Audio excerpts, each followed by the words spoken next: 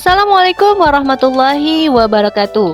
Apa kabar Bapak Ibu guru hebat calon guru penggerak se-Indonesia? Perkenalkan, saya Emma Sari Panjaitan, calon guru penggerak angkatan 6 dari kota Tanjung Balai. Izinkan saya untuk berbagi aksi nyata modul 1.4 tentang budaya positif. Perkenalkan, beliau berdua adalah fasilitator dan pengajar praktek saya, Ibu Rani Nawangsari dan Bapak Abdi Gunawan. Berikut ini adalah rancangan aksi nyata saya tentang budaya positif sekolah.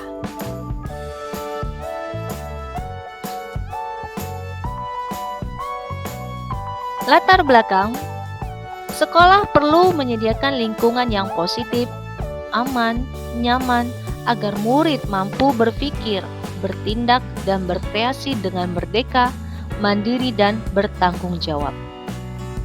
Salah satu strategi yang perlu ditinjau ulang adalah bentuk disiplin yang dijalankan selama ini di sekolah. Dalam hal ini, yang dimaksudkan adalah bagaimana penerapan disiplin positif yang seharusnya di sekolah agar terbentuk kebiasaan baik dan pada akhirnya akan membentuk budaya positif sekolah. Sebagai langkah awal untuk penerapan budaya positif, bisa dimulai dengan menyebarkan pemahaman tentang budaya positif kepada rekan guru lainnya dan membuat kesepakatan kelas atau keyakinan kelas. Dalam pelaksanaannya, kesepakatan kelas atau keyakinan kelas ini harus melibatkan peserta didik. Menurut Gossen tahun 1998, suatu keyakinan akan lebih memotivasi seseorang dari dalam atau memotivasi secara instinktif. Seseorang akan lebih tergerak dan bersemangat untuk menjalankan keyakinannya daripada hanya sekedar mengikuti serangkaian peraturan.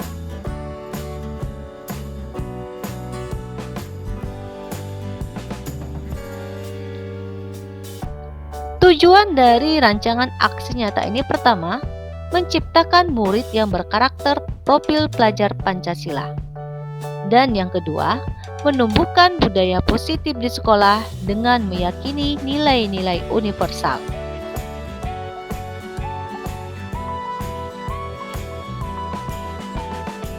Adapun tolak ukur dari rancangan aksi nyata ini, yang pertama, terbentuknya keyakinan kelas melalui kesepakatan kelas yang dilakukan oleh wali kelas atau guru mapel dan siswa. Yang kedua, munculnya motivasi intrinsik siswa untuk berkomitmen menjalankan keyakinan atau kesepakatan kelas yang telah dibuat bersama. Yang ketiga, timbul hubungan yang harmonis antara guru dan siswa.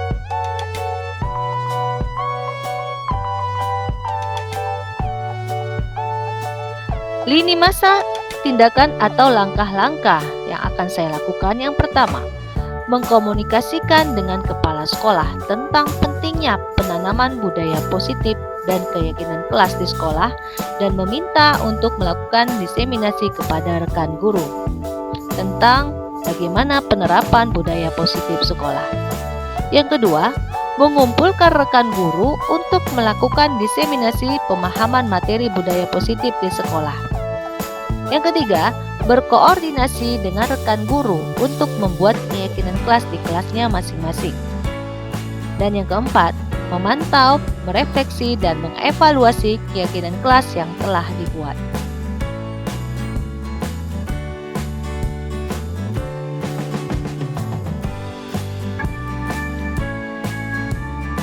Dukungan yang saya butuhkan untuk melaksanakan kegiatan ini yang pertama, dukungan dari semua warga sekolah, kepala sekolah, rekan kerja, tendik, dan murid. Yang kedua, dukungan dari keluarga atau orang tua murid. Yang ketiga, sarana dan prasarana dalam menjalankan disiplin positif atau keyakinan kelas. Berikut ini adalah kegiatan diseminasi pemaparan penerapan budaya positif sekolah di SMP Negeri 1 Kota Tanjung Balai. Selamat menyaksikan. Assalamualaikum warahmatullahi wabarakatuh. Waalaikumsalam warahmatullahi wabarakatuh. Selamat siang dan salam sejahtera untuk kita semua. Pertama-tama marilah kita ucapkan syukur kita terhadap kehadiran Allah Subhanahu wa taala, yang mana siang hari ini kita masih diberinya kesempatan kesehatan untuk dapat berkumpul di lab informatika ini dalam mengikuti kegiatan aksi nyata modul 1.4 diseminasi pemahaman dan penerapan budaya positif sekolah. Baiklah, kita akan memasuki tertib acara yang pertama, yaitu menyanyikan lagu Indonesia Raya. Kepada hadirin dipersilakan berdiri.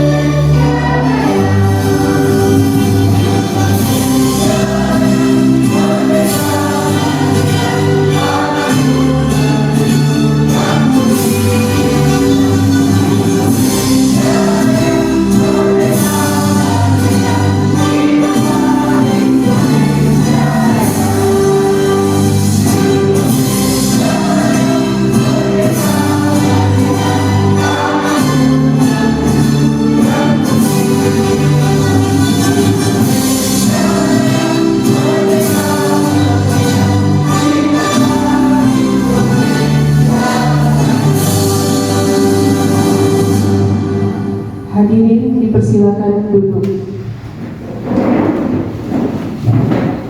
Baiklah, kita akan memasuki tertib acara yang kedua, yaitu pembacaan doa oleh Bapak Aditya.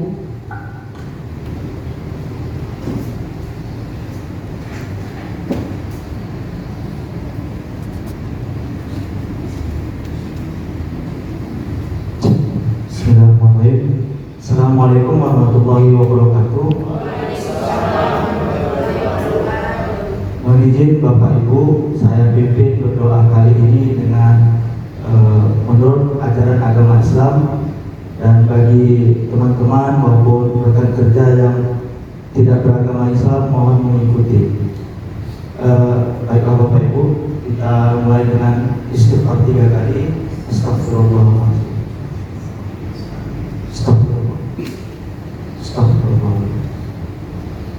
Bismillahirrahmanirrahim. Alhamdulillahirrahmanirrahim. Wassalatu wassalamu ala asyrafil anbiya'i wal mursalin wa ala alihi wa sahbihi ajma'in.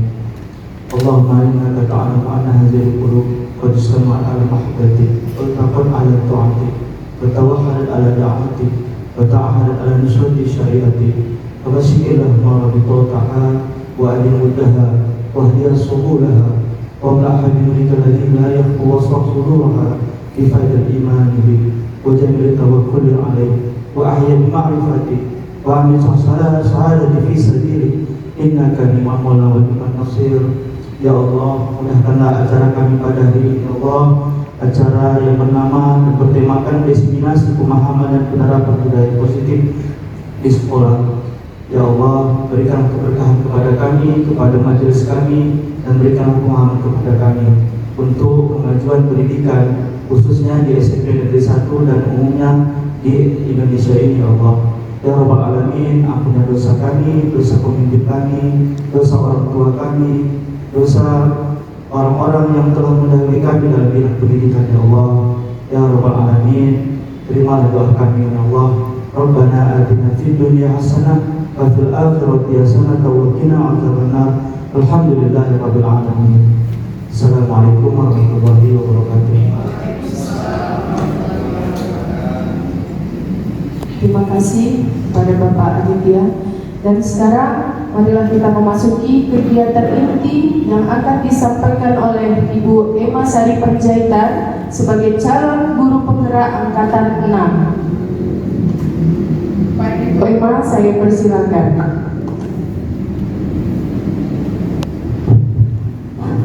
Tes.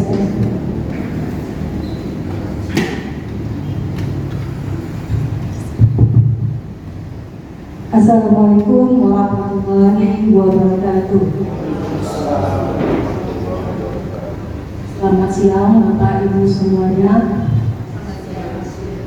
Pertama-tama mari kita panjatkan puji dan syukur kita kepada Allah Subhanahu wa taala atas kesempatan dan kehadiran kita pada siang hari ini, hingga kita bisa berkumpul di ruangan dan informatika kita yang tercinta ini dalam rangka diseminasi pemahaman dan penerapan budaya positif sekolah yang merupakan aksi nyata modul 1.4 budaya positif yang saat ini tengah saya jalani untuk mengikuti program pendidikan guru penggerak angkatan 6 Kota Tanjung Balai.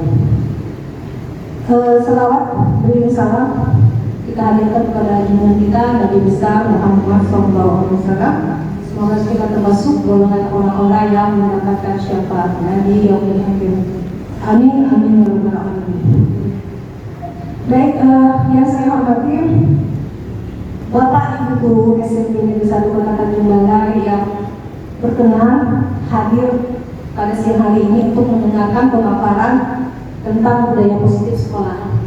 Ya, saya mohon izin sebelumnya Bapak Ibu, saya berdiri di sini bukan karena hendak menggurui Bapak Ibu semuanya. Saya di sini hanya untuk menunaikan mandat dari Balai Besar Guru Penggerak dan dari Kemendikbud untuk menyampaikan kepada Bapak Ibu tentang penerapan budaya positif sekolah. Karena ya bagaimanapun kemajuan dari sekolah itu ditentukan oleh budaya positif di sekolah tersebut. Oke Bapak Ibu semuanya, saya mohon ya Bapak Ibu ini dalam waktu 1 jam ke depan, jika memang ada tidak ada keperluan yang mendesak, saya mohon tetap berada di tempat ya supaya bisa mendengarkan semua pemaparan materi dari modul 1.4 ini. Oke, saya langsung mulai Bapak Ibu. Ini kita tegang nih, atau kita mau ini langsung aja atau gimana? Langsung aja ya, karena sudah siang ya Bapak Ibu ya. Oke, bismillahirrahmanirrahim. Ya, saya ulangi lagi, selamat datang para guru penggerak ya, para guru hebat. Mari bekerja sama, berkolaborasi, saling mendukung demi mewujudkan disiplin positif di sekolah kita tercinta ini. Karena apa? Tidak mungkin bisa ya untuk membentuk budaya positif sekolah ini dilakukan oleh 1 atau 2 orang. Kita harus berkolaborasi di dalamnya.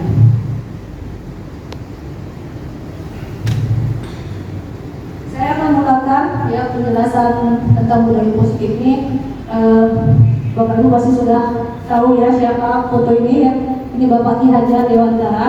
Kita juga sudah sering mendengar bahwa Bapak Ki Hajar Dewantara ini adalah Bapak pendidikan pertama di Indonesia ya. Beliau mengatakan ya bahwa tugas seorang pendidik itu hakikatnya tugasnya sama dengan seorang petani, menuntut ya. Petani itu menuntut ya menjadikan tanamannya tumbuh subur. Jadi Ki Hajar menyatakan bahwa kalau kita ambil perbandingannya ya hidup tumbuh-tumbuhan, seorang petani dalam hakikatnya sama kewajibannya dengan seorang pendidik yang menanam padi. Hanya dapat menuntut tumbuhnya padi. Ia dapat memperbaiki kondisi tanah, memelihara tanaman tadi, memberi pupuk air, membasmi ulat-ulat, jamur dan sebagainya agar tanaman itu tumbuh subur. Ya, jadi kita sebagai seorang pendidik, ya sekolah itulah lahan kita. Sekolah lahan kita, di mana kita harus mengusahakan sekolah itu menjadi lingkungan yang menyenangkan bagi siswa-siswi kita, ya, menjaga dan melindungi murid-murid kita dari hal-hal yang tidak baik. Jadi menciptakan suatu lingkungan positif di mana warga sekolah kita itu saling mendukung, saling belajar, saling bekerja sama, sehingga tercipta kebiasaan-kebiasaan baik. Dan kebiasaan-kebiasaan baik ini akan tumbuh menjadi karakter bagi warga sekolah. Jadi tidak hanya untuk kita, tapi juga terlebih kepada siswa kita. Yang akhirnya karakter itulah yang akan membentuk sebuah budaya positif. Jadi tugas seorang pendidik, ya, guru itu memiliki peran untuk membangun atau mewujudkan budaya positif sekolah.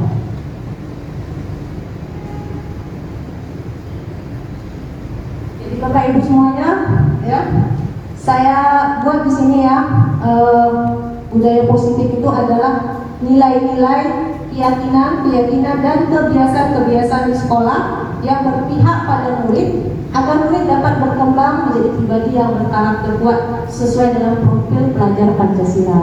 Bapak Ibu semuanya pasti sudah tahu ada berapa profil pelajar Pancasila? Ada 6 pilar, ya, ada 6 dimensi. Yang pertama itu bagaimana berkata terhadap Tuhan Yang Maha Esa, kemudian mandiri, ada gotong royong, kreatif, kritis, dan sebagainya, ya.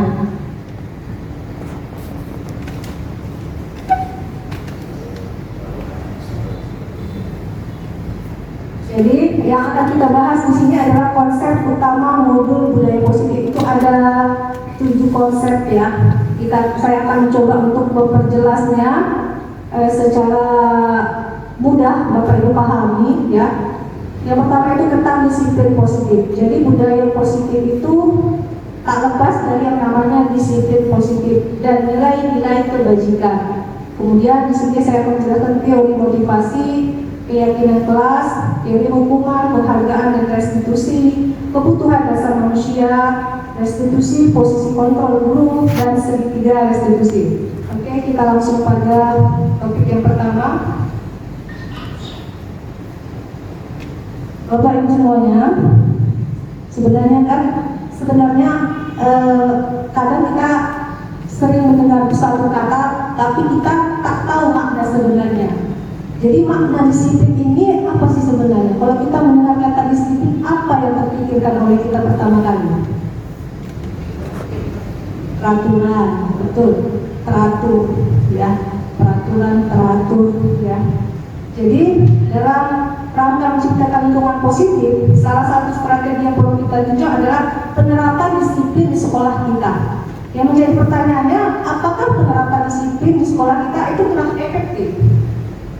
Itu menjadi pertanyaan bagi kita. Dan apakah masih perlu untuk ditinjau kembali? Dan apa sesungguhnya arti dari disiplin itu sendiri? Dan bagaimana kaitannya dengan nilai-nilai kebajikan?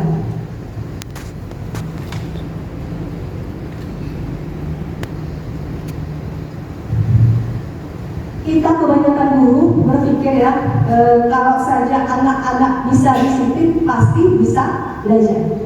Itu pemikiran kebanyakan dari kita. Dan mendisiplinkan anak itu adalah bagian yang paling menantang dari pekerjaan kita sebagai seorang guru. Itu yang sehari-hari makanan kita setiap hari menerapkan disiplin anak agar anak bisa tertib belajar di sekolah, di kelas.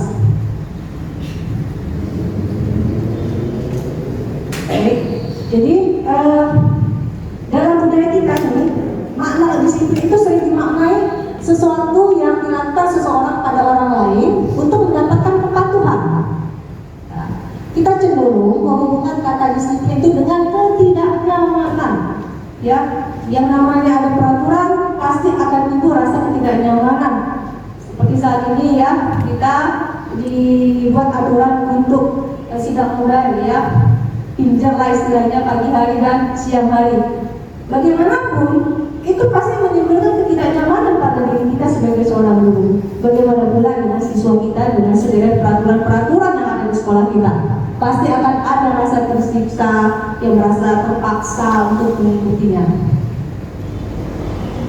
Dan konsep disiplin positif itu berbeda. Jadi di dalam konsep disiplin positif, di dalam penerapan peraturan peraturan itu tidak harus dengan memberi hukuman, ya.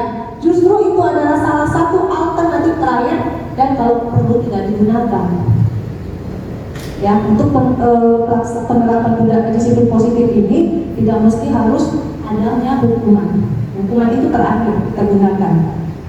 Dan dihajar Dewantara, Diana Gosen ini adalah rumah pakar pendidikan mengartikan disiplin itu sebagai bentuk kontrol diri, yaitu belajar untuk kontrol diri agar dapat mencapai suatu tujuan mulia. Tujuan mulia itu apa? Itulah nilai-nilai kebajikan yang universal. Dan itulah tuntunan kita agar anak itu mematuhi peraturan disiplin itu apa? Disconnected. Halo? Untuk mewujudkan nilai kebajikan yang universal. Dan di sini sebagai pendidik, tujuan kita apa? Adalah menciptakan anak-anak yang memiliki disiplin sehingga mereka bisa berperilaku dengan mengacu pada nilai-nilai kebajikan universal dan memiliki motivasi intrinsik, bukan ekstrinsik. Ya, kebanyakan dari siswa kita itu melakukan segala sesuatu, mungkin datang tepat waktu, ya mengerjakan tugas, itu lebih pada untuk menghindari hukuman, agar tidak dimarahi guru, agar tidak tinggal kelas, ya. Dan sangat jarang kita lihat anak kita itu bukan tidak ada ya, ada, tapi kebanyakan itu adalah motivasinya ekstrinsik karena ada aturan-aturan itu bukan motivasi dari dalam diri mereka.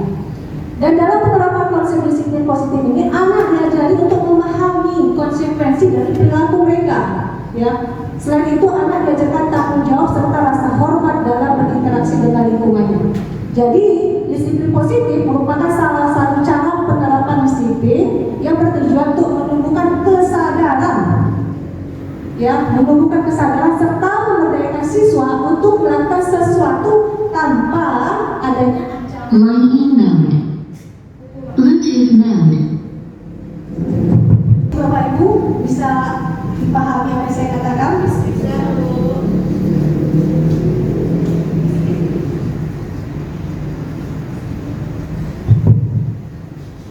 Tes. Bapak Ibu, kita masuk pada topik yang kedua, motivasi perilaku manusia, ya. Bagaimanapun setiap perilaku kita pasti ada motif. Dan sama halnya dengan siswa kita. Ya. Jadi Diana Gosen ini menyatakan ada 3 perilaku manusia. Yang pertama, untuk menghindari ketidaknyamanan atau hukuman.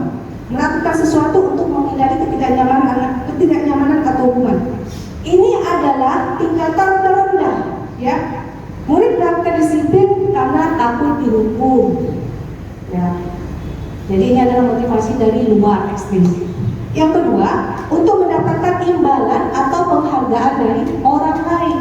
Murid melakukan disiplin diri untuk mendapatkan imbalan, pujian, hadiah, sanjungan, ya. Itu adalah salah satu bentuk dari imbalan dan ini jelas adalah juga motivasi ekstrinsik. Yang ketiga, untuk menjadi orang yang mereka inginkan dan menghargai diri sendiri dengan nilai-nilai yang mereka percaya. Murid melakukan disiplin karena sadar dengan nilai kebajikan dirinya sendiri.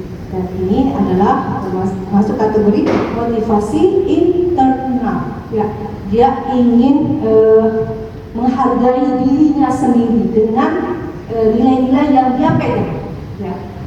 Contohnya nih Bapak Ibu, kita ini datang ke sekolah, ya. Kita sebagai guru kadang-kadang suka telat juga. Saya pribadi pun suka telat gitu. Tapi setidaknya ya saya belajar untuk tidak terlambat bukan karena untuk ditegur kepala sekolah ya atau karena tidak mau, setidaknya artinya ada motivasi dari dalam diri untuk menjadi contoh bagi siswa kita. Jadi tujuan dari disiplin positif adalah menanamkan motivasi yang ketiga ya pada murid-muridnya itu untuk menjadi orang yang mereka inginkan dan menghargai diri sendiri dengan nilai-nilai yang mereka percaya. Pertanyaannya sekarang, bagaimana cara kita sebagai guru untuk menanamkan disiplin positif ini kepada murid-murid kita? Itu PR besar bagi kita semua ya.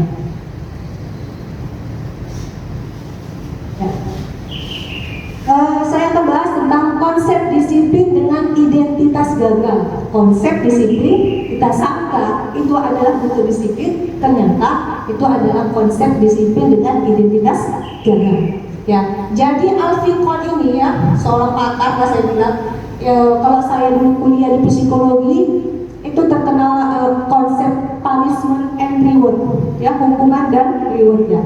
Jadi beliau mengatakan cara-cara mengontrol perilaku seseorang dengan penghargaan maupun hukuman itu adalah salah satu cara yang justru menghancurkan potensi untuk pembelajaran itu.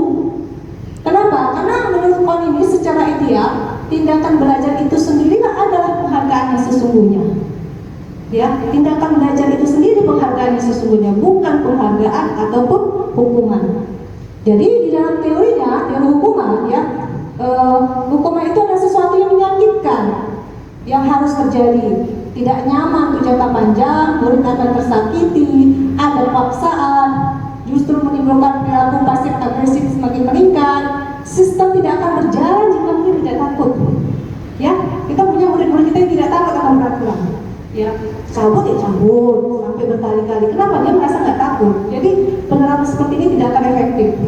Kemudian murid akan membenci peraturan, anak belajar menyembunyikan kesalahan, dan sifatnya tiba-tiba. Hukuman ini sifatnya tiba-tiba, ya. Kemudian dan dibuat oleh kita. Contoh nih, anak terlambat misalnya, ya, tidak terjadi nih, mudah-mudahan tidak terjadi di sekolah kita. Tapi ada anak terlambat di sekolah lain, itu diapain? Disuruh berdiri di lapangan, menghormat bendera sampai sekian jam, akhirnya nggak bisa. Itu masih ada diterapkan. Kemudian kalimat pernyataannya, kamu tuh ya peraturannya begini, kamu tuh harus begini. Nah, itu ya hukuman. Nah, kenapa dikatakan teori ini? Kita lanjut ke teori penghargaan. Ternyata penghargaan itu hanya efektif untuk jangka pendek. Kalau kita menginginkan perilaku siswa terus-menerus jangka panjang, penghargaan itu tidak efektif, ya. Malah akan bisa merusak hubungan, ya. Penghargaan itu bisa mengurangi ketepatan, menurunkan kualitas, mematikan kreativitas, menghukum dengan sistem ranking. Dan contoh nih Bapak Ibu, ya sebentar lagi kita akan membagi rapor. Ternyata ranking itu menurut Al-Fiqhon itu adalah penghargaan yang menghukum.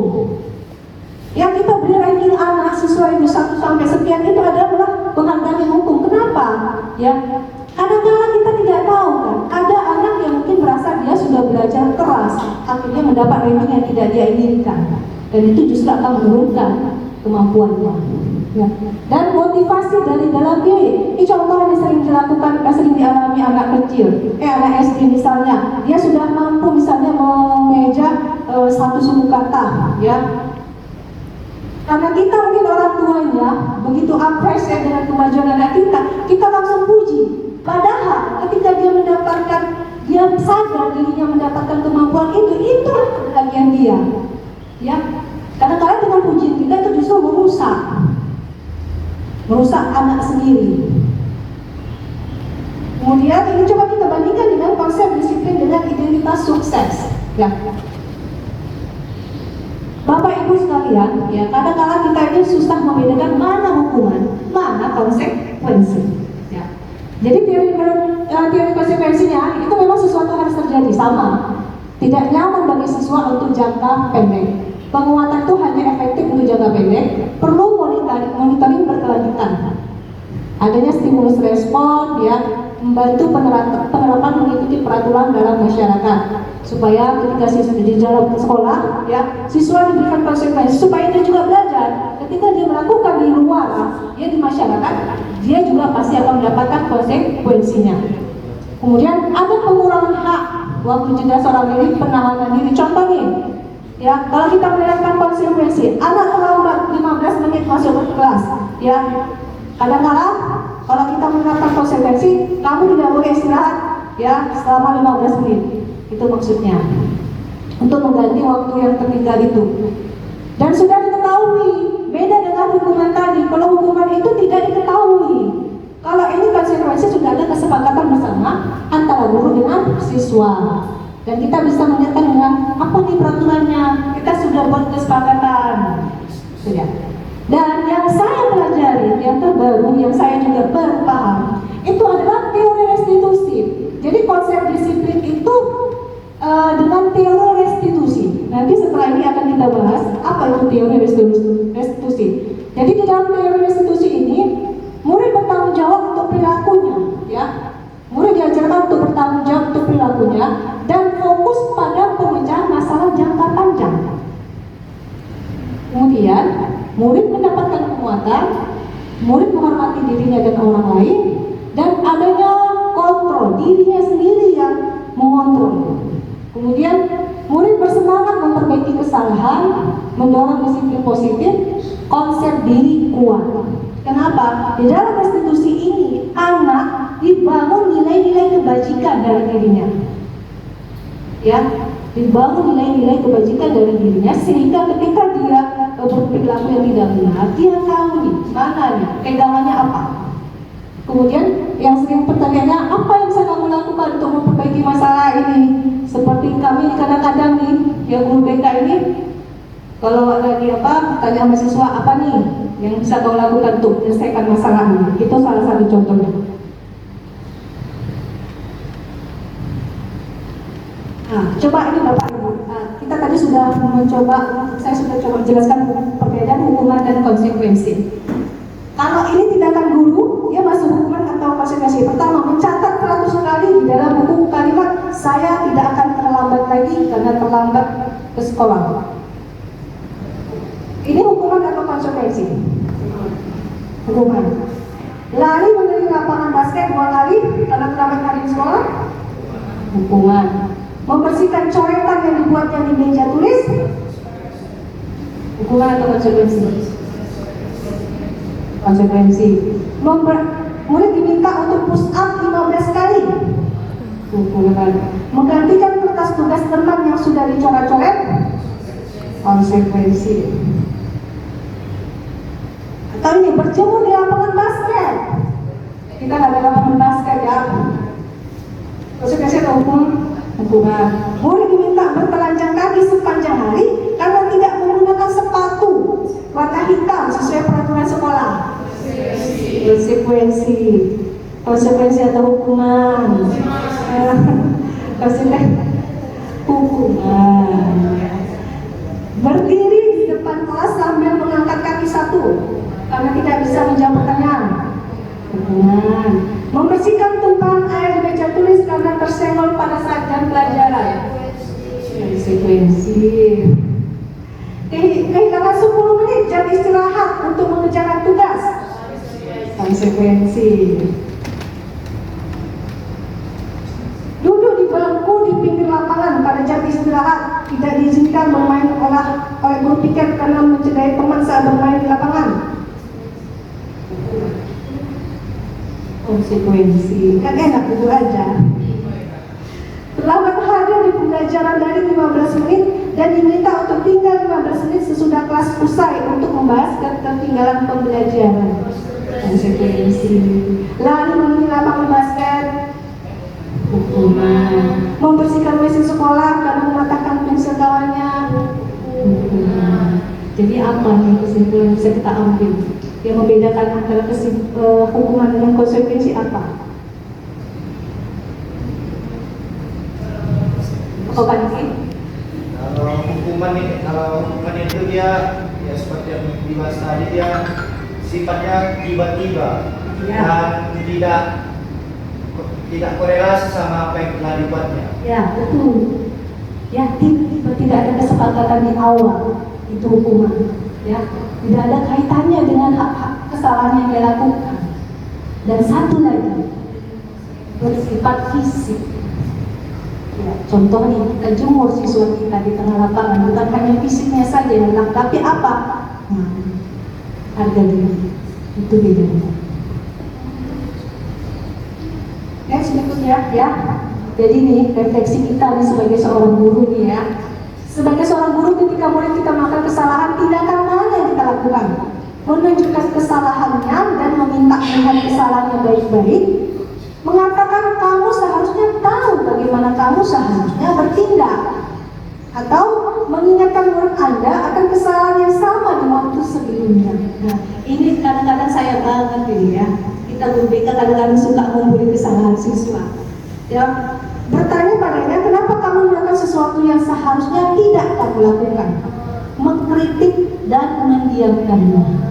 Kadang-kadang kita di kelas ini udah kali dengan siswa kita diamkan ya. Nah itu kadang-kadang kita tanpa sadar ya, ternyata kalau kita melakukan tindakan-tindakan ini, kita membuat murid menjadi anak yang gagal. Gila, udah pernah ya. Pertanyaannya sekarang, bagaimana sebaiknya respon kita nih bila ada murid kita melakukan kesalahan? Kumpul dulu ya, bungkus dulu ya. Ya, nggak bungkus lama-lama kan sering tak. Ternyata ya, jawabannya adalah konsep disiplin dengan pendekatan restitusi. Tadi kan sudah dijelaskan restitusi itu bagaimana. Jadi yang baru di dalam yang baru lah ya, ilmu baru. Kalau saya ilmu baru, kami di JGP ini juga baru pertama kali mendengarnya. Ya, ada yang namanya pendekatan restitusi, sebuah cara menanamkan disiplin positif pada murid. Pengertiannya, restitusi adalah proses menciptakan kondisi bagi murid untuk memperbaiki kesalahan mereka sehingga mereka bisa kembali pada kelompok mereka dengan karakter yang lebih kuat. Karakter yang lebih kuat apa? Nilai-nilai kebajikan dalam dirinya. Ya. Restitusi juga adalah proses kolaboratif yang mengajarkan murid untuk mencari solusi untuk masalah. Murid buat masalah, murid yang mencari solusinya dan membantu murid berpikir tentang orang seperti apa yang mereka inginkan dan bagaimana mereka harus memperlakukan orang lain. Itu restitusi. Kemudian restitusi membantu murid menjadi lebih memiliki tujuan, disiplin positif dan memulihkan dirinya setelah berbuat salah. Penekanannya bukan pada bagaimana berperilaku untuk menyenangkan orang lain atau menghindari ketidaknyamanan, namun tujuannya adalah menjadi orang yang menghargai nilai-nilai kebajikan yang mereka percaya. Ini PR besar buat kita semuanya, ya, untuk membentuk budaya positif sekolah, ya, sama-sama belajar bagaimana ya sistem restitusi ini ketika ada siswa kita yang melakukan kesalahan. Ya, ciri-cirinya apa dikatakan restitusi? Ya, restitusi itu bukan untuk menebus kesalahan, namun belajar dari kesalahan. Restitusi menuntut untuk melihat ke dalam diri. Ya, kadang-kadang ketika siswa kita melakukan kesalahan, kita kan nggak dari dalam dirinya. Kita langsung melihat dari luarnya saja. Restitusi memperbaiki hubungan. Ya, ketika ada siswa kita yang berantem, bertengkar, kita bukan penyelesaiannya bukan sekedar ya udah selesai. Tapi apa? Bagaimana mereka ini bisa akur seterusnya? Tidak ada dendam lagi di dalam hati mereka. Restitusi adalah tawaran, bukan paksaan. Ya, restitusi menjadi kebutuhan dasar yang mendasari tindakan. Karena setiap perilaku kita ada kebutuhan dasar yang mendasarinya. Restitusi ini adalah cara yang paling baik. Restitusi menguatkan dan restitusi fokus pada solusi, bukan fokus pada masalah yang dia lakukan, tapi fokus pada solusinya. Ya, jadi pertanyaan pertama, jawaban yang pertama, bagaimana cara kita menerapkan budaya positif? Ketemu kita satu jawaban, apa? Menerapkan restitusi di sekolah. Yang kedua, ini jawaban yang kedua, pembentukan keyakinan sekolah atau keyakinan kelas atau yang sering kita dengar kesepakatan kelas. Coba ini kita refleksi, waktu ajaran baru kemarin kita buat tidak kesepakatan kelas di kelas kita. Buat ya itu jadi pegangan buat dalam berperilaku ya. Mengapa keyakinan kelas? Mengapa tidak peraturan? Kenapa? Peraturan tadi apa? Sifatnya ada paksaan, ya, ada paksaan. Dan peraturan itu dikaitkan dengan hukuman. Jadi, coba kita jawab pertanyaan ini. Mengapa kita memiliki peraturan tentang penggunaan helm pada saat mengendarai kendaraan roda 2? Kita ya pakai aja misalnya, tanpa tahu jawabannya. Karena jawabannya ya supaya untuk keselamatan. Itu kan nilai. Kemudian mengapa kita memiliki peraturan tentang penggunaan masker dan mencuci tangan setiap saat? Jawabannya lagi untuk kesehatan, keselamatan, supaya kita terhindar dari virus. Siswa kita di sekolah kita buat peraturan tuh, ya kita tempelin, ya. Kadang-kadang mereka nggak paham peraturan itu tuh apa. Contohnya, anak ya tidak boleh memakai lip tint. Anak kita paham nggak bahayanya zat kimia lip tint itu buat bibir mereka? Nggak paham, makanya kita bilangin pun, ya tanpa kita kasihkan edukasi yang berbahayanya, mereka tetap pakai. Ya. Jadi nilai-nilai keselamatan itu ada wujud nilai keyakinan, dan nilai keyakinan itu adalah pengertiannya adalah nilai-nilai kebajikan universal yang disepakati secara tersirat dan tersurat, lepas dari latar belakang suku, negara, bahasa maupun agama. Contohnya apa? Keadilan, kehormatan, peduli, integritas, itu nilai-nilai kebajikan. Kejujuran, keamanan, kesabaran, tanggung jawab, mandiri, berprinsip, keselamatan, kesehatan, lain-lain, itu adalah nilai-nilai kebajikan.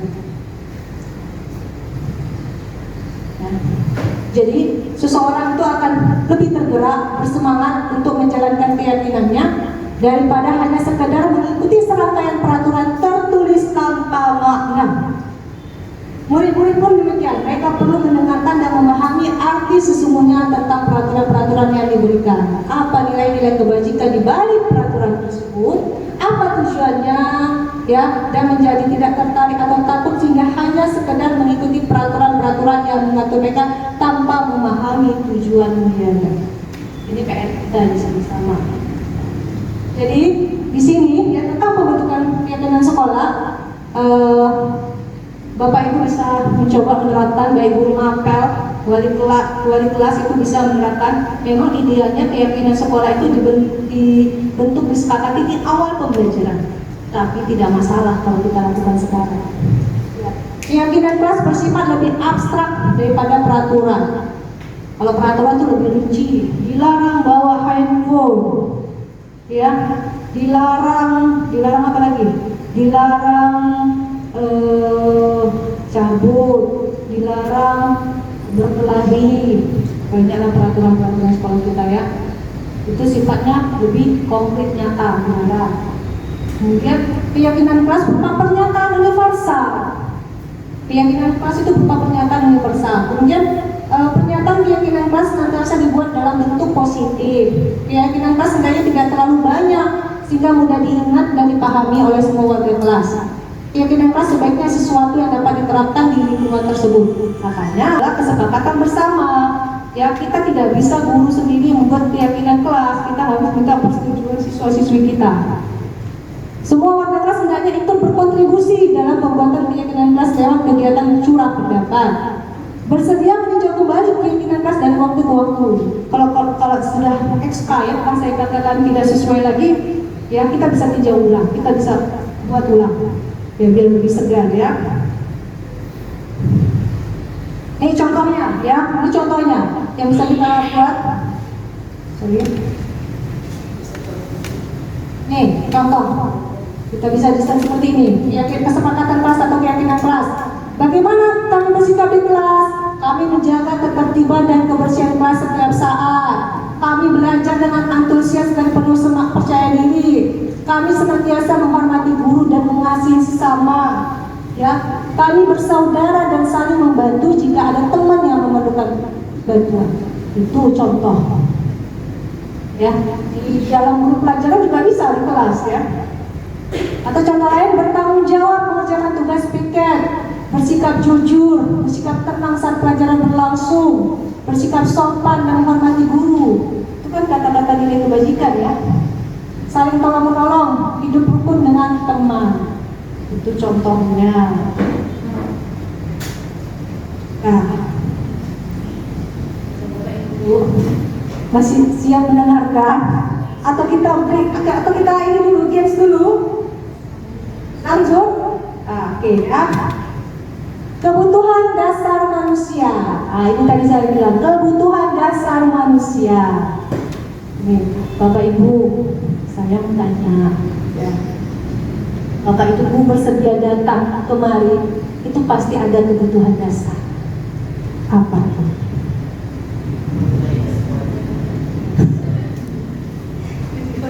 Kewajiban gimana, Bu? Kemudian bertahan hidup. Oke ya, jadi ya tak apa-apa, itu memang salah satunya itu, salah satu kebutuhan dasar ya. Jadi tidak akan manusia memiliki tujuan tertentu. Semua yang kita lakukan adalah usaha terbaik kita untuk mendapatkan apa yang kita inginkan. Ketika kita mendapatkan apa yang kita inginkan, sebetulnya saat itu kita sedang memenuhi satu atau lebih dari satu kebutuhan dasar kita. Ya, ini ada gambar ya. Jadi ada 5 kebutuhan dasar kita. Yang pertama, kebutuhan bertahan hidup. Contohnya apa Bapak Ibu? Bertahan hidup seperti makan, minum, tempat tinggal, ya, tidur, ya, itu kebutuhan bertahan hidup, betul, ya. Kedua, kebutuhan apa? Kasih sayang dan rasa diterima, ya.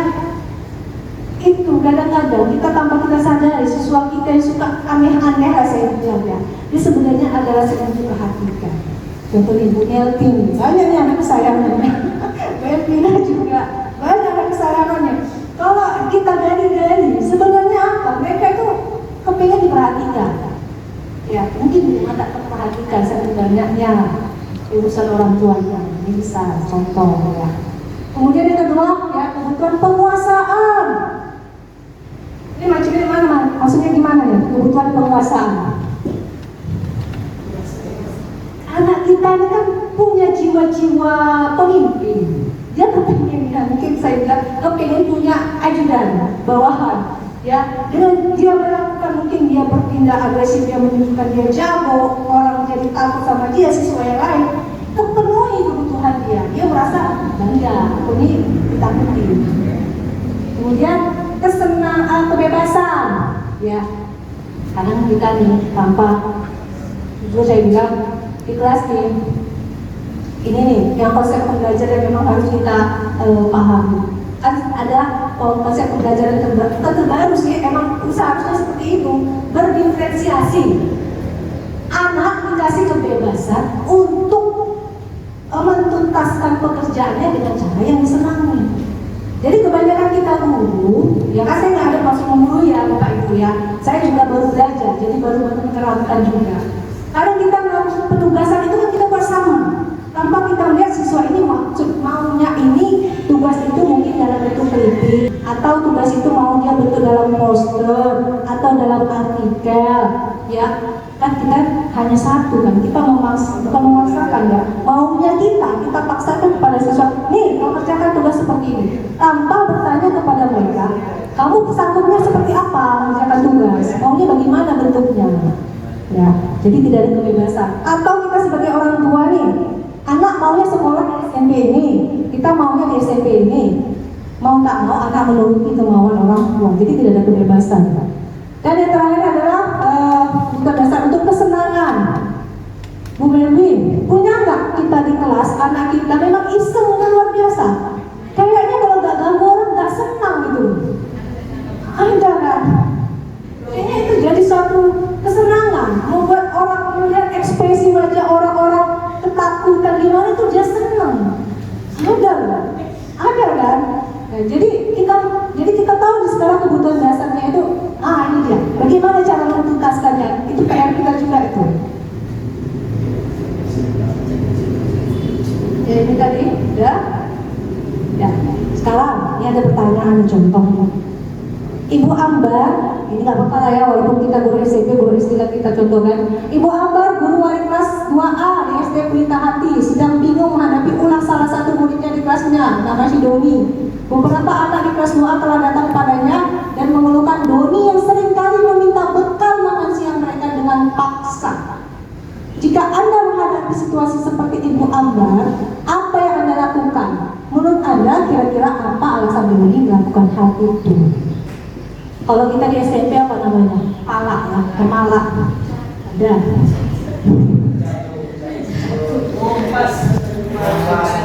Ngompas. Oke, coba kalau seandainya kita panggil anak anak ini kita tanya baik-baik saja ya. Si Doni ini menjawab, iya Bu, saya lapar. Kebutuhan apa? Yang mana? Kebutuhan dasar dari yang 5 tadi itu. Bertahan itu, ya, dia mesti lapar ini. Kemudian kalau jawaban si Doni ini, dia sengaja buat itu supaya guru perhatian sama dia. Kemudian rasa kasih sayang diperhatikan. Ya kan ada anak-anak kita sengaja, memang sengaja untuk kita perhatikan. Ada mungkin kalau jawaban si Doni ini sengaja dia memang untuk merampas makanan itu supaya buat orang takut, anak yang lain takut. Itu bukan salah, ya. Kemudian jika jawaban si Doni sama si guru bilang begini, iya Bu, mamaku masaknya telur saja tiap hari, nasi goreng saja tiap hari. Aku kepingin Bu makan roti misalnya. Itu apa? Kebutuhan saya, ya. Atau kebutuhan kesenangan, memang iseng suka gangguin, ya. Iseng saya Bu. Apa motif tak ada Bu, suka saja, senang aja. Itu adalah kebutuhan kesenangan. Contoh lain, ya, tahun ini Dimas genap berusia 17 tahun. Ia senang sekali ketika ayahnya mulai mengajarkan cara menyetir mobil. Setiap akhir pekan ia berlatih menyetir. Ia terlihat senang sekali berlatih sampai akhirnya ia bisa menyetir mobil dengan baik dan lancar. Ketika ibunya bertanya pada Dimas, apa yang membuat dia ingin bisa menyetir mobil? Ketika jawaban Dimas ada seperti ini, kebutuhan apa yang dipenuhi? Contoh, ini. Mana ya?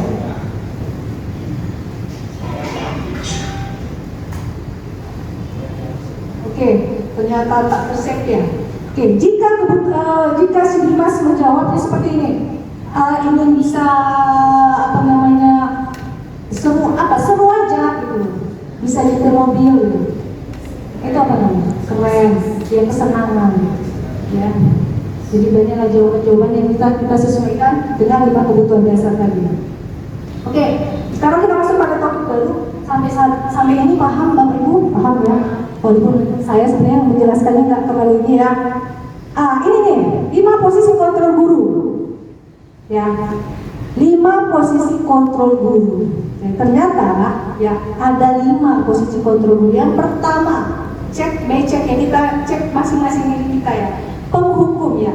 Ini seorang penghukum biasa menggunakan hukuman fisik maupun verbal. Ya. Orang-orang menjalankan posisi penghukum senantiasa mengatakan bahwa sekolah memerlukan sistem atau alat yang dapat lebih menekan murid lebih dalam lagi.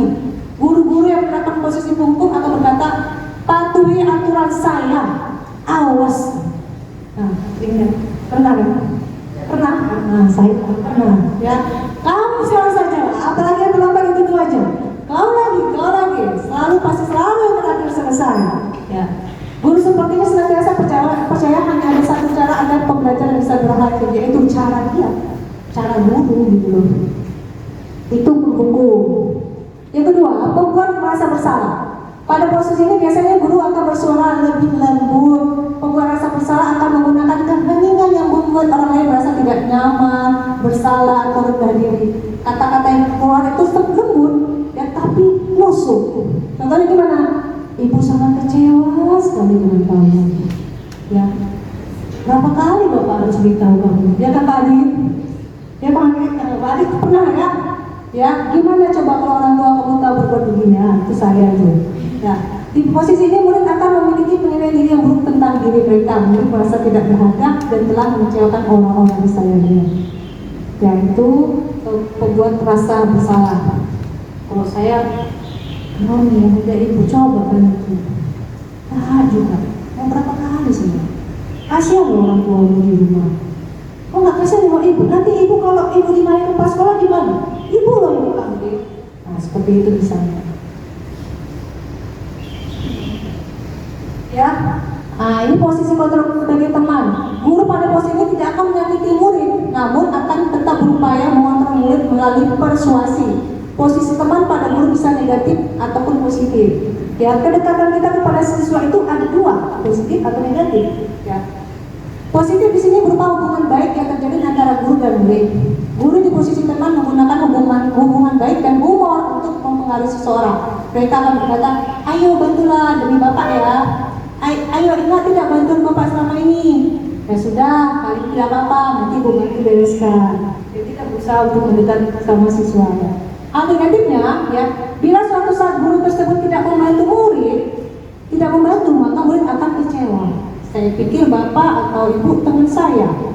Ya, murid merasa dikecewakan dan tidak mau lagi berusaha. Ya, hal ini yang mungkin timbul adalah murid hanya akan bertindak untuk guru tertentu dan tidak untuk guru lainnya.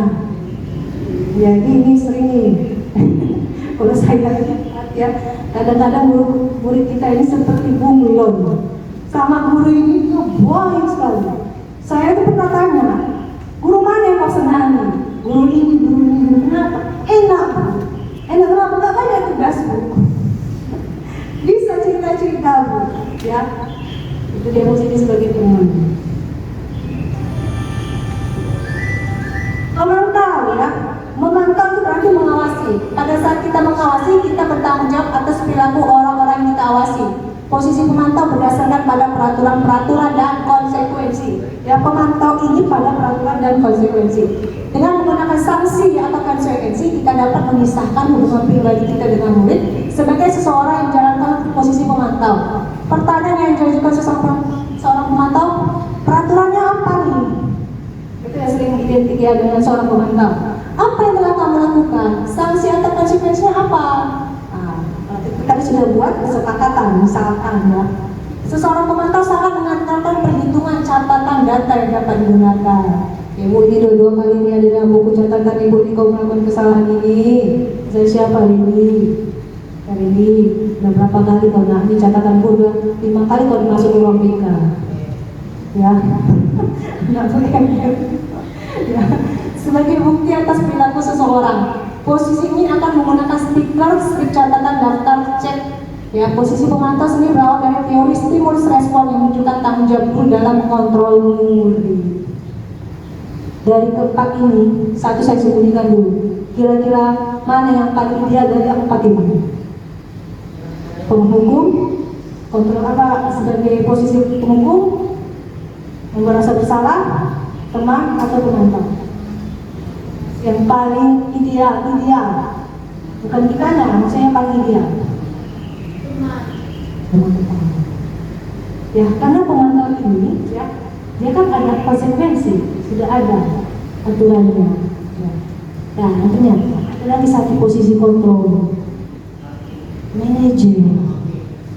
Jadi guru itu tidak mesti harus kerja di kantor jadi manajer. Ternyata posisi kontrol guru sebagai manajer itu ada. Saya juga baru tahu.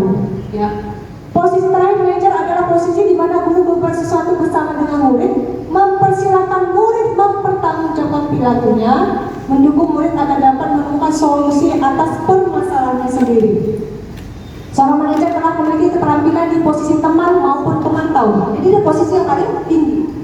Dengan demikian bisa jadi di waktu-waktu tertentu kembali kepada kedua posisi tersebut bila diperlukan. Jadi posisi kita idealnya itu kan posisi guru, kontrol guru sebagai manajer. Tapi kita lihat lagi situasinya. Apakah murid kita ini bisa kita posisikan dengan baik? Kalau tidak bisa kita posisikan, maka kita balik-balik lagi ke mana? Ke teman, ke pemantau. Namun yang kita hindari apa? Yang dua tadi yang di bawah sebagai penghukum sama pembuat rasa bersalah, itu dihindari. Ya. Jadi sini ada perlu kolaborasi dengan murid bagaimana memperbaiki kesalahan yang ada. Ya, ciri-cirinya gimana perkataan seorang guru posisi manajer? Apa yang kita yakini? Kembali ke keyakinan kelas tadi, kembali ke kesepakatan kelas tadi. Makanya perlu kita buat kesepakatan kelas itu agar ada pegangan kita, kesepakatan kita dengan siswa. Kemudian, apakah kamu meyakini ini? Apakah kamu meyakini kalau kita sebagai siswa di kelas itu kalian itu berteman apa bersaudara? Nah, ya, kemudian jika kamu meyakininya, apakah kamu bersedia memperbaikinya? Jika kamu memperbaiki hal ini, hal ini menunjukkan apa tentang dirimu? Atau apa rencana kamu untuk memperbaiki hal ini? Ya, itu adalah kata-kata seorang posisi kontrol seorang manajer. Nah, jadi tugas seorang manajer bukan untuk mengatur perilaku seseorang. Kita membimbing murid untuk dapat mengatur dirinya. Seorang manajer bukannya memisahkan kelompoknya, tapi mengembalikan murid tersebut ke kelompoknya dengan lebih baik dan lebih kuat. Nah, kita belajar sama-sama bagaimana kita konsisten menerapkan positive control sebagai seorang manajer. Ya. Terlebih-lebih saya pun secara pribadi menghindari walaupun kadang-kadang kalau udah enak banget ya, mungkin tergantung, kadang-kadang berpengaruh juga mood kita, mau juga tiba-tiba nanti sebagai penghukum ya, tanpa kita sadar sebagai penghukum. Tapi ya sama-sama lah kita belajar bagaimana setidak-tidaknya komposisi korma sebagai pemantau. Setidak-tidaknya meskipun untuk sebagai posisi manajer ini bukan langsung instan, kita perlu latihan. Oke Bapak Ibu, ada yang mau ditanyakan? Lanjut ya. Udah jam berapa nih? Oke. Dan ini topik yang terakhir. Ya. Tadi kan kita sudah bahas tentang restitusi. Tapi kan saya bercerita gimana cara melaksanakan segitiga, penerapan segitiga restitusi tadi untuk menyelesaikan permasalahan siswa. Ya. Nggak jelas ya dari sini ya. Oke. Nampak nggak gambarnya? Enggak ya? Jadi, penerapan segitiga restitusi itu ada 3 langkah nih untuk menyelesaikan permasalahan siswa. Yang pertama, menstabilkan identitas. Yang kedua, ya, validasi tindakan yang salah. Yang ketiga, menanyakan keyakinan. Ini lebih jelasnya. Ya. Apa itu menstabilkan identitas? Ya, menstabilkan identitas adalah bagian ini kita bertujuan untuk mengubah identitas anak dari orang yang gagal karena melakukan kesalahan menjadi orang yang sukses. Anak yang melanggar peraturan karena sedang mencari perhatian adalah anak yang sedang mengalami kegagalan. Dia mencoba untuk memenuhi kebutuhan dasarnya, namun ada benturan. Kalau kita mengkritik dia, maka kita akan tetap membuatnya dalam posisi gagal. Kalau kita ingin ia menjadi reflektif, maka kita harus meyakinkan si anak dengan cara mengatakan kalimatnya begini. Datangi anak, apa yang sudah kau lakukan nak? Begini, bu, begini, kan banyak alasan yang akan dibuat anak. Bagaimana respon kita yang pertama? Berbuat salah itu tidak apa-apa, ya, manusiawi. Ibu juga pernah berbuat salah, ya. Siapa sih manusia yang tidak ada kesalahannya? Nah, itu salah satu contoh untuk menstabilkan identitas, ya. Kita bisa menyelesaikan ini, ya. Atau bapak ibu tidak tertarik mencari siapa yang salah, tapi bapak ibu ingin mencari solusi dari permasalahan ini. Kamu berhak merasa begitu. Kemudian, apakah kamu sedang menjadi teman yang baik buat dirimu sendiri? Nah, itu kata-kata yang sering di sini kalau kita lihat kalimatnya tidak ada yang memojokkan, ya. Tidak ada kata-kata memojokkan. Kau lagi. Oh, terus yang bermasalah. Itu harus kita hindari. Itu yang pertama. Yang kedua, ya, validasi tindakan yang salah. Ya, setiap tindakan kita dilakukan dengan suatu tujuan, yaitu memenuhi kebutuhan dasar. Kalau kita memahami kebutuhan dasar apa yang mendasari sebuah tindakan, kita akan bisa menemukan cara-cara paling efektif untuk memenuhi kebutuhan tersebut. Ya, kalimat-kalimat di bawahnya mungkin terdengar asing buat kita, ya.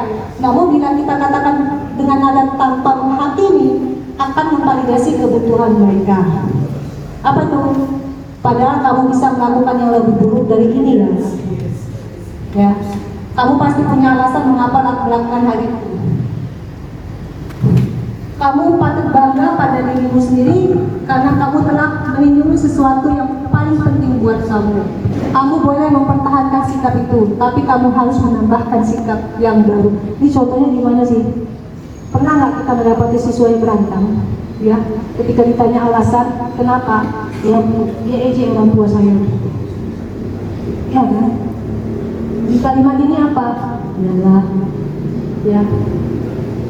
Harusnya kan kalau kita diejek orang tua kita bisa lebih parah dari ini. Pokoknya orang tua kita yang diejek. Terus kata-kata yang bisa kita ucapkan. Validasi tindakan yang salah. Yang ketiga, yang terakhir adalah menanyakan keadilan. Teori kontrol menyatakan bahwa kita pada dasarnya termotivasi secara internal.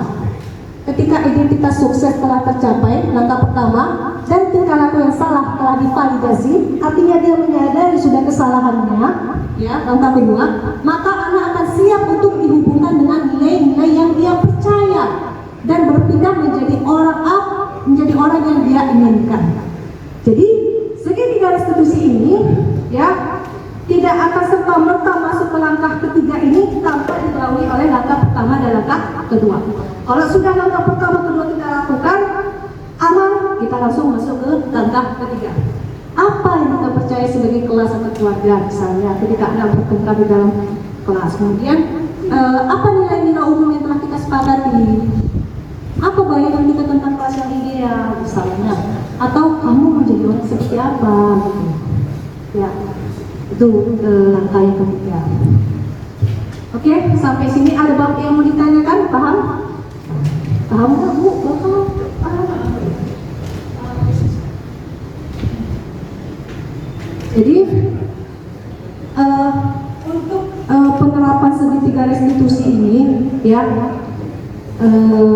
nanti setelah ini kita bisa sharing, ya, setelah ini kita bisa sharing bagaimana caranya kita ini bisa menguasai keterampilan menggunakan segitiga restitusi ini untuk menangani permasalahan siswa kita.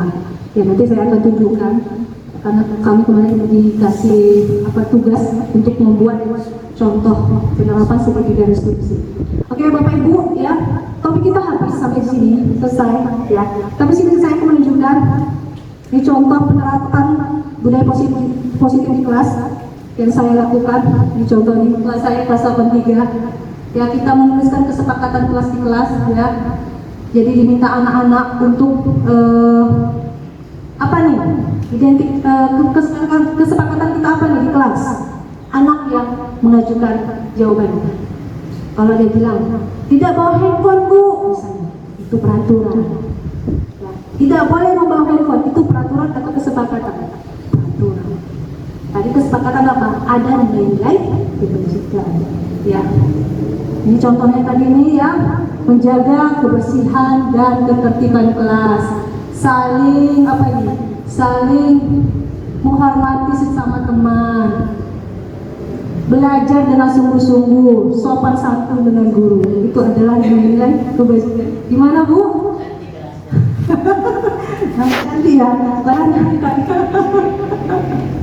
Ya, jadi di sini ada tahapan-tahapannya. Bapak Ibu yang belum, ya, ini yang belum bisa menerapkan seperti ini, ya, kita buat kesepakatan kelas belajar misalnya bahasa Indonesia, IPS. Saya juga udah mulai terapkan ketika belajar BK, ya, saya tulis di dalam buku kesepakatan kelas. Saya tanya anak-anak apa nih kesepakatan kelas. Kita mau bagaimana nih ketika pembelajaran BK, kita mau bagaimana? Yang kita tanyakan sama siswa. Jadi ketika siswa melakukan pelanggaran, ya udah, kita buat kesepakatan boleh, kan ada konsekuensinya boleh, meskipun itu tidak mesti, ya. Misalnya konsekuensinya apa? Konsekuensinya itu tidak mesti yang berbau fisik, ya. Misalnya saya kemarin buat nih, kalau kalian tidak melakukan kesepakatan ini, poin ini, apa nih menjadi kesepakatan kita? Kemarin saya buat apa ya? Saya bilang menghafal sholat jenazah, ya, bacaan sholat jenazah, ya. Iya Bu, karena ada misi tertentu, ya, supaya mereka juga pandai, ya. Itu contoh. Tapi ketika saya baca-baca lagi, ternyata ketika kita buat kesepakatan kelas ini, jangan ada konsekuensi, apa hukuman, apalagi hukuman, ya. Konsekuensi saja tidak boleh, apalagi hukuman. Artinya apa? Kita mau menimbulkan kesadaran diri anak, komitmen untuk bertanggung jawab dengan apa-apa yang sudah disepakati. Saya kasih contoh, ini topik kita di sini sudah habis. Saya kasih contoh, gimana ya saya buat, ya? Habis ini, ya.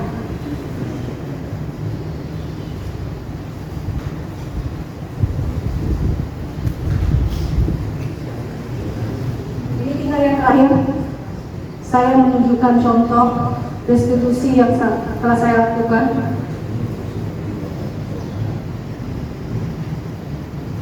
Ya, di sini kami disuruh diminta untuk membuat contoh kasus. Ini kasus-kasusan, ya. Jadi di sini kasus pertama, Minta dan Cindy adalah teman satu kelas.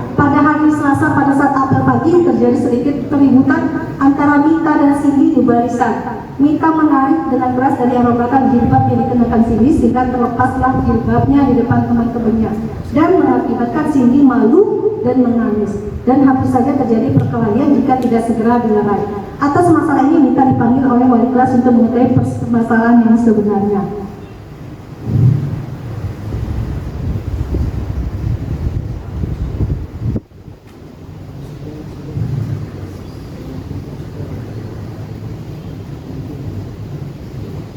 Ini adalah percakapannya, ya. Saya langsung saja masuk kepada videonya.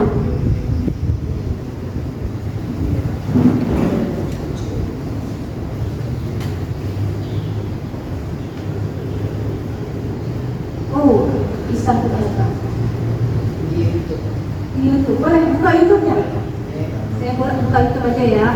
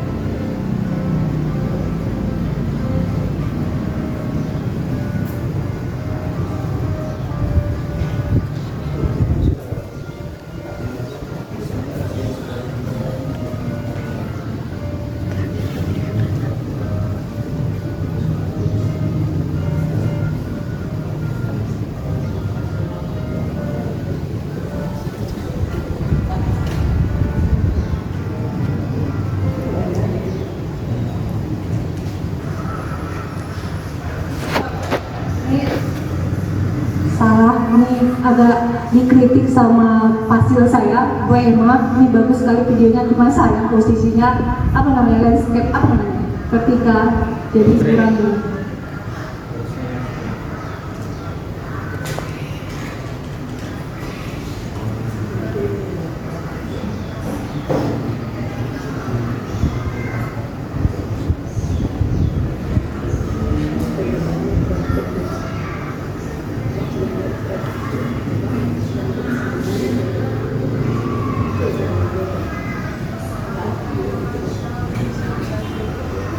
Stabilkan identitasnya.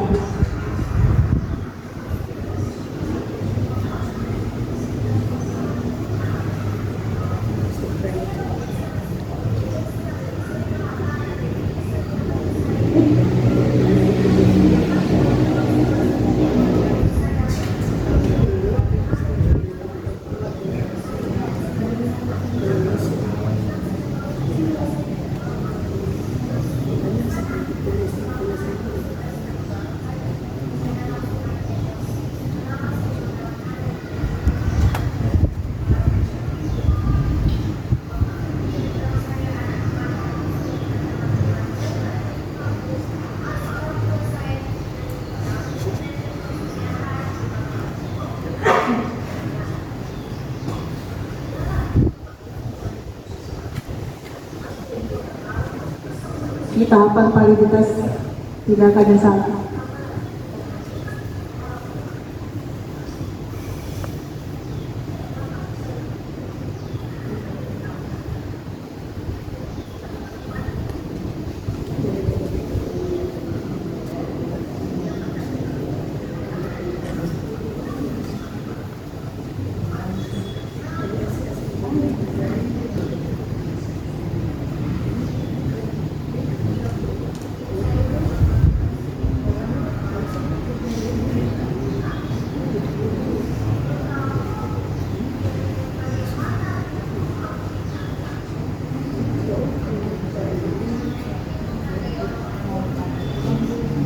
dari orang lain dan diri sendiri itu nilai keyakinan.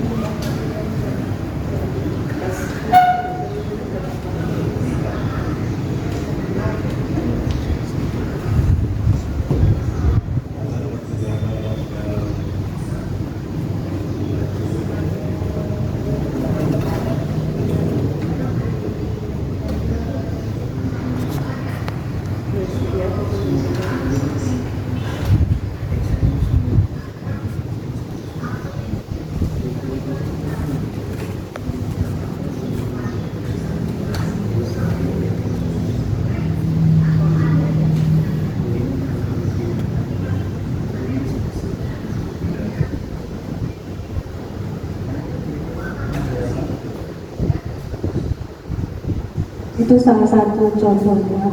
Kalau ini kasusnya berbeda.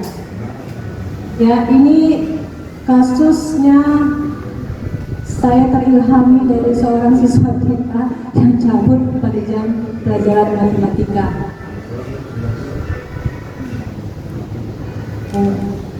Menstabilkan identitas.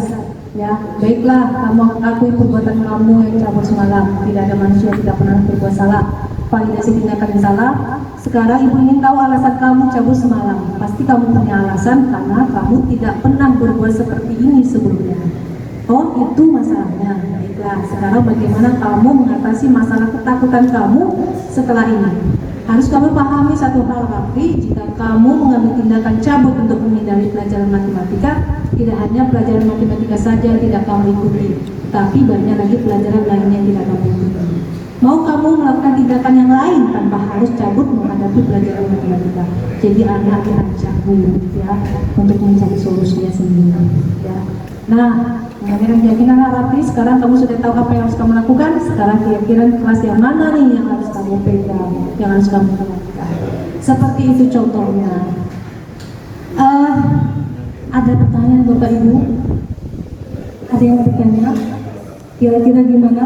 Coba Bu, apa namanya Bu Zam-Zam dari Zam-Zam jangan takut.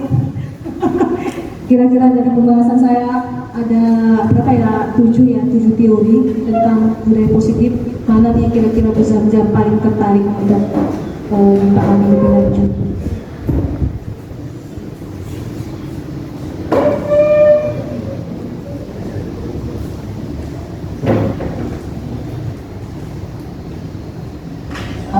Oke, Assalamualaikum warahmatullahi wabarakatuh.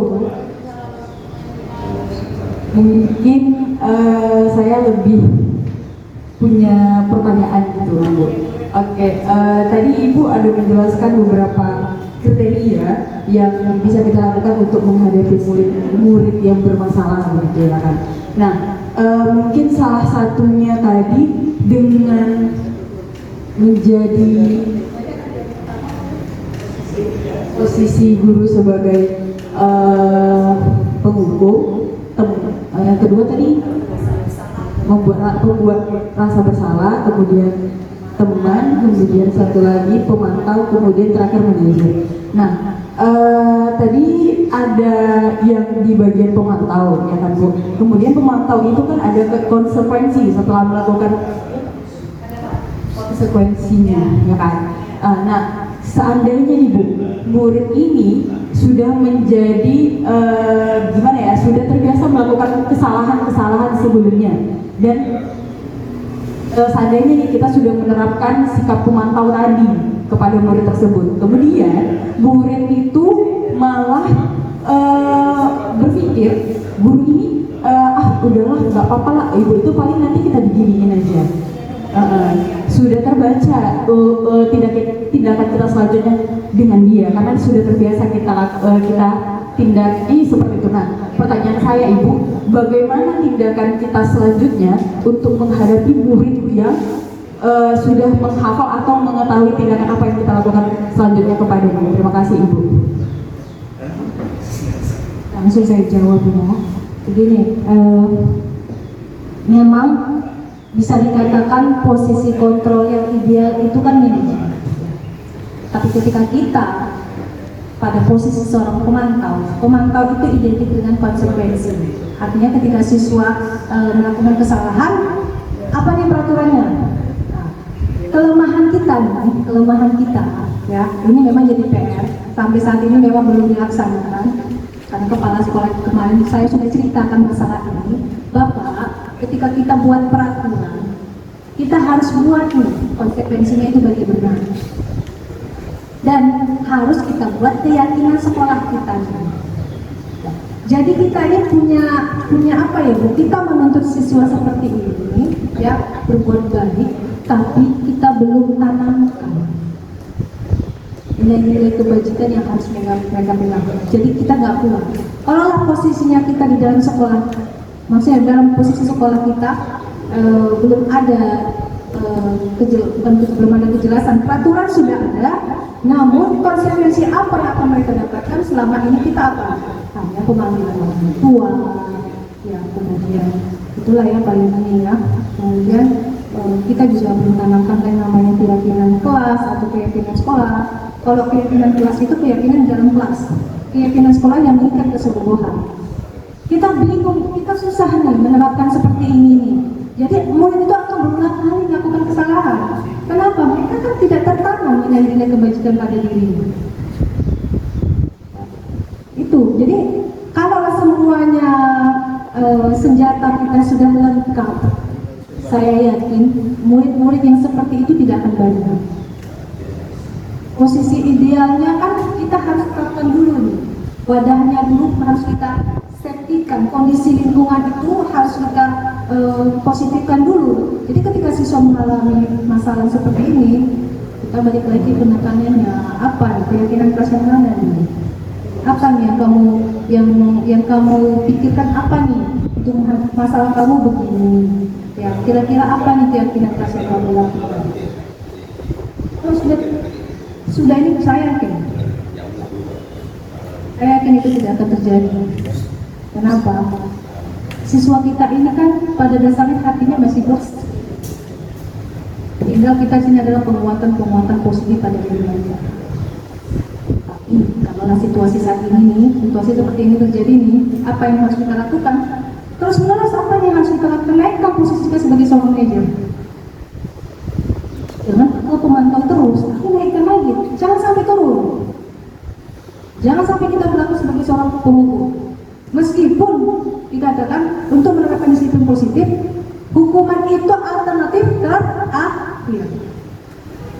Bukan tidak boleh, tapi alternatif terakhir.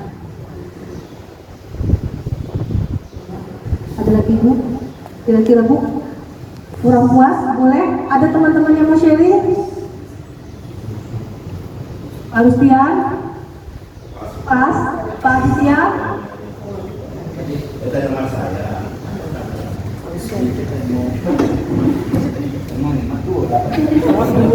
Satu aja. Itu dapat dua.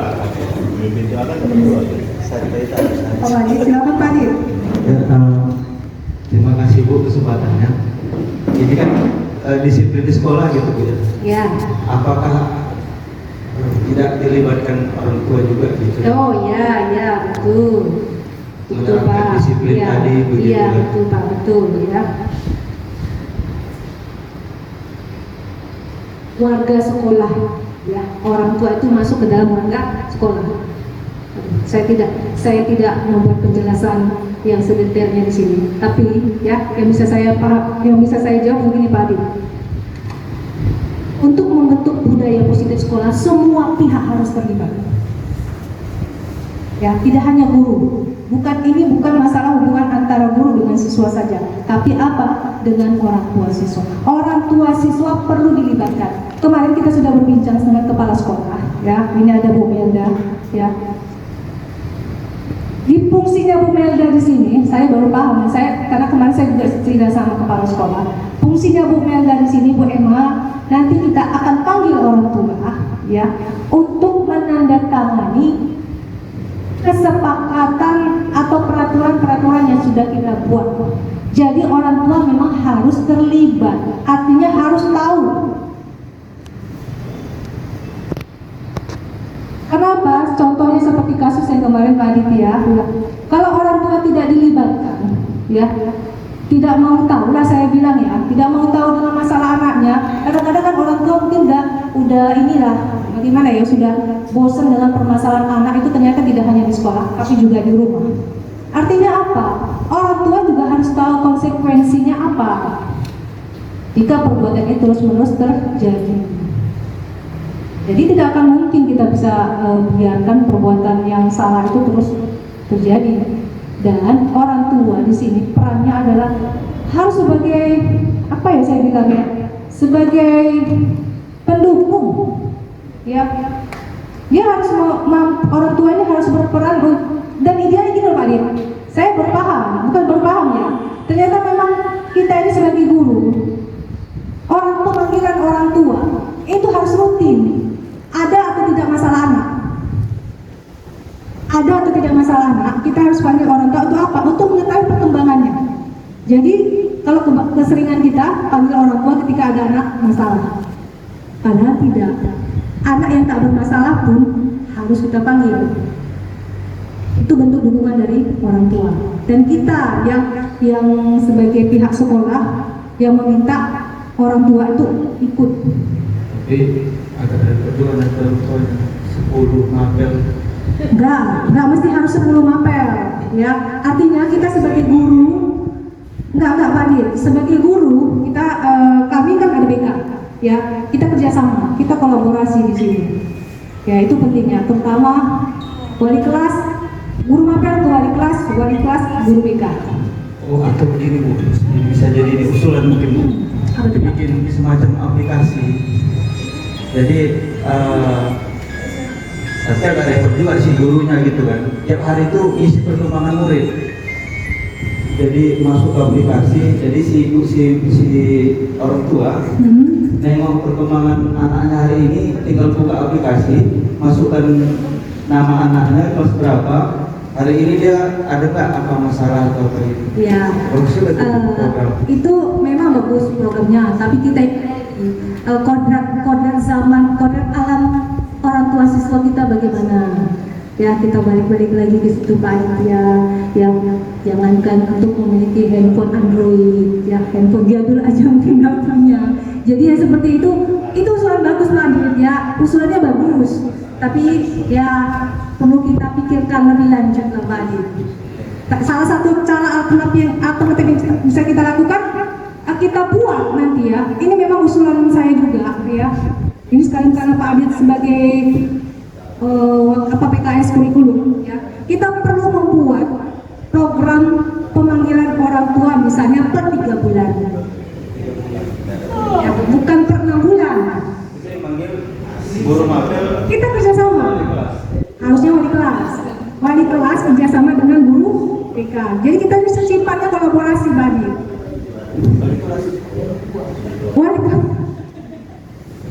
Wali kelas bekerja sama dengan guru BK. PKS kesiswaan juga harus. Ya. Gimana? Udah Pak Adit? Ada lagi Pak Adit? Sip. Oke, ada lagi Bapak Ibu? Kerjasama ini Bu, harus kerjasama semua. Iya. Memang budaya positif ini mau tak mau memang harus kolaborasi Pak Adit. Semua unsur harus terlibat. Pak Misli, ada yang mau ditanyakan Pak? Pas Pak? Oke. Ada lagi Bapak Ibu? Ya. Oke. Alhamdulillah ya. Kita sudah sampai pada penghujung kegiatan diseminasi pemaparan tentang budaya positif ya, sebagai unit aksi nyata saya di modul 1.4. Saya tahu banyak sekali ya kekurangan dari penyampaian saya pada siang hari ini. Saya pun masih proses belajar ya, Bapak Ibu. Setelah ini kalaupun ada yang memang mau ditanyakan, boleh tanyakan sama saya. Dan saya harap acara ini, kegiatan mewujudkan budaya positif ini bukan hanya sekedar berlalu di sini saja, tapi memang harapan saya besar, harapan saya sama-sama kita mewujudkan budaya positif di sekolah kita ini demi kemajuan anak didik kita pada khususnya dan pendidikan di Kabupaten Cembalai pada umumnya. Sekian, Assalamualaikum warahmatullahi wabarakatuh.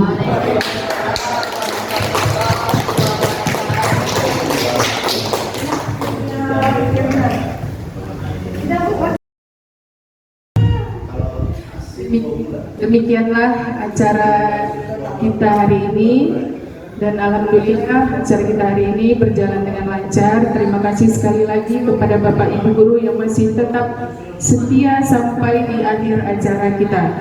Kepada Allah saya mohon ampun, kepada Bapak Ibu Guru saya memohon maaf. Saya ucapkan billahi taufiq wal hidayah. Wassalamualaikum warahmatullahi wabarakatuh.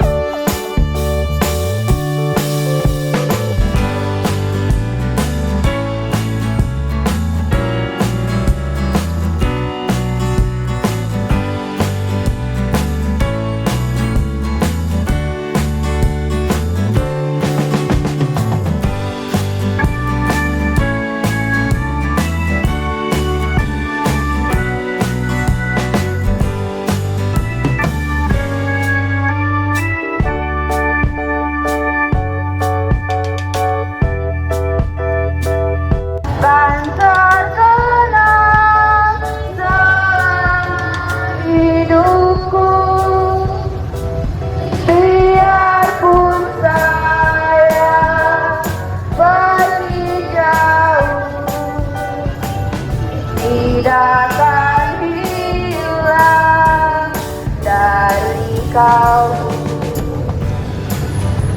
tanahku yang ku cintai.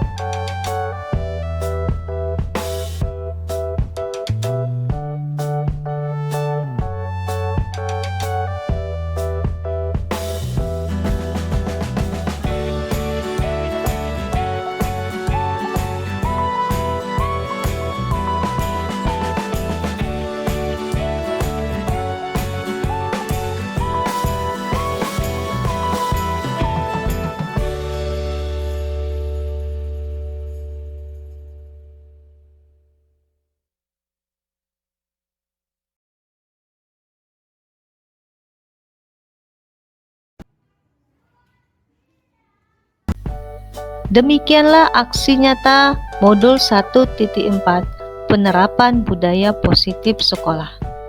Terima kasih kepada Bapak Ibu yang sudah menonton. Semoga video ini bermanfaat. Salam guru penggerak. Wassalamualaikum warahmatullahi wabarakatuh.